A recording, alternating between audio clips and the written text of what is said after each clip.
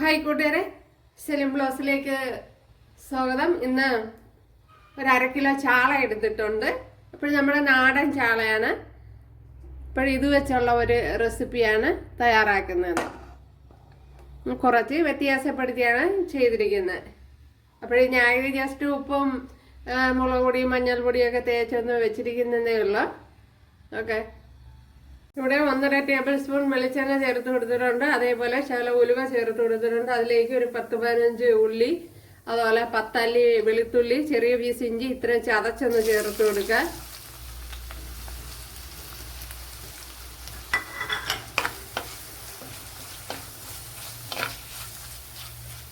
ഇനി ഇതിലേക്ക് ശകലം കറി ലീവ്സ് കൂടെ ചേർത്ത് കൊടുക്കുക.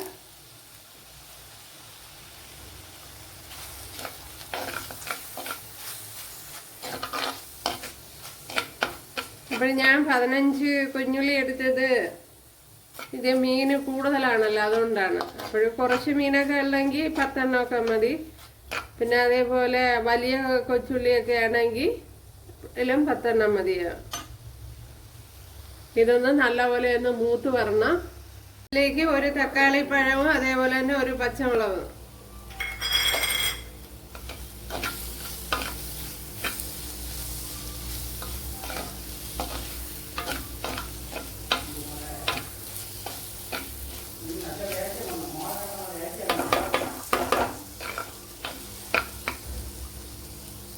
ഇതിലേക്ക് ഇനി ഒരു 2 ടേബിൾ സ്പൂൺ മല്ലിപ്പൊടി ചേർത്ത് കൊടുക്കുക.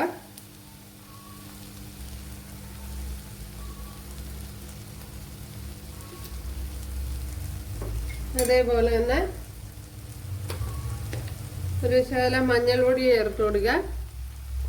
Turmeric powder.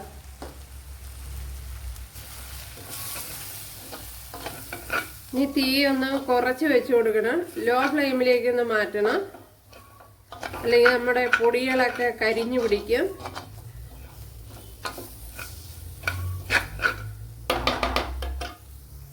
ഇനി ഇതിലേക്ക്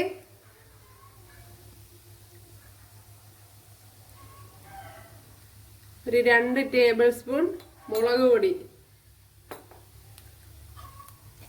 നല്ല കുമിച്ചാണ് എടുത്തിരിക്കുന്നത്. അപ്പോൾ ഇതിനെ ഇനിയൊന്ന് മൂപ്പിച്ചെടുക്കണം. ഇതിലേക്ക് ഇനി മീൻ വേകാൻ ആവശ്യമായ വെള്ളം ചേർത്ത് കൊടുക്കുക.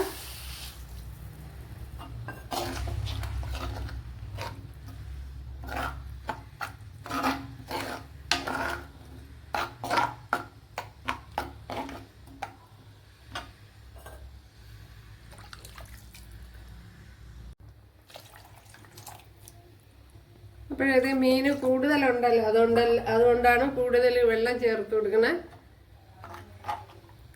ഇനി ഇതിലേക്ക് ആവശ്യത്തിനുള്ള പുളി ചേർത്ത് കൊടുക്കുക.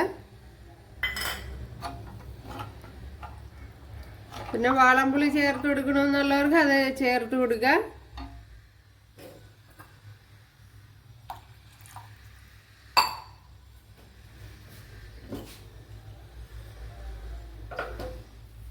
അപ്പോൾ ഇനി ഇതിലേക്ക് ഉപ്പ് ചേർത്ത് കൊടുക്കുക. ഇതുവരെ ഉപ്പ് ചേർത്ത് കൊടുത്തില്ലായിരുന്നു. ഉപ്പ് ചേർത്ത് കൊടുക്കുക. ഇതൊന്ന് തിളച്ച് വരണം. ഇവിടെ നല്ലതുപോലെ തിളച്ചിട്ടുണ്ട്. ഇതിലേക്ക് ഇനി നമ്മുടെ ഫിഷ് ചേർത്ത് കൊടുക്കുക. നമ്മുടെ ചാള.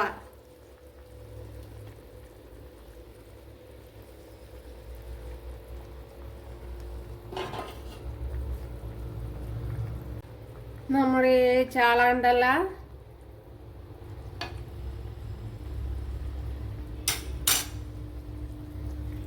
ഇതിലിനി ഒരു സീക്രട്ട് ഇൻഗ്രീഡിയൻസ് കൂടെ ചേർത്ത് കൊടുക്കണം. അപ്പോഴിത് തിളച്ച് വെന്തൊക്കെ വന്നതിന് ശേഷമാണ് ചേർത്ത് കൊടുക്കാറുള്ളത്.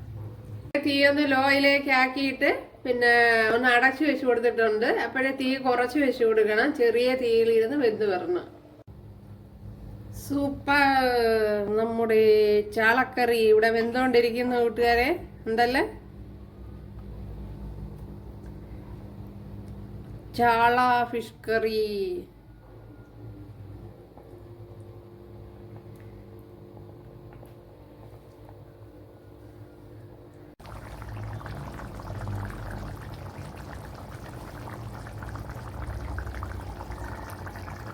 അപ്പോൾ ഇനി നമ്മുടെ സീക്രട്ട് ഇൻഗ്രീഡിയൻസ് ചേർത്ത് കൊടുക്കാം. ഉണ്ടല്ലോ, ഒരു ശകലം തേങ്ങാപ്പാൽ ചേർത്ത് കൊടുക്കണം. അപ്പോൾ പ്രത്യേക ഒരു ടേസ്റ്റ് ആയിരിക്കും. അത് നല്ലപോലെ തിളച്ച് കുറിയതിന് ശേഷം ചേർത്ത് കൊടുത്താൽ മതി.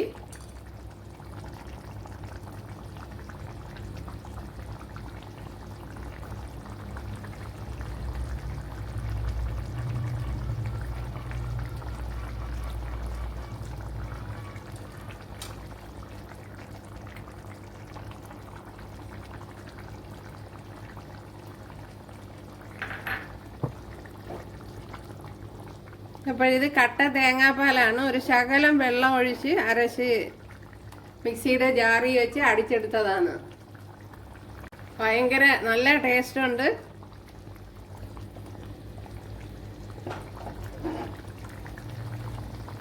അപ്പോൾ ഇത് തന്നെ മതിയാകും.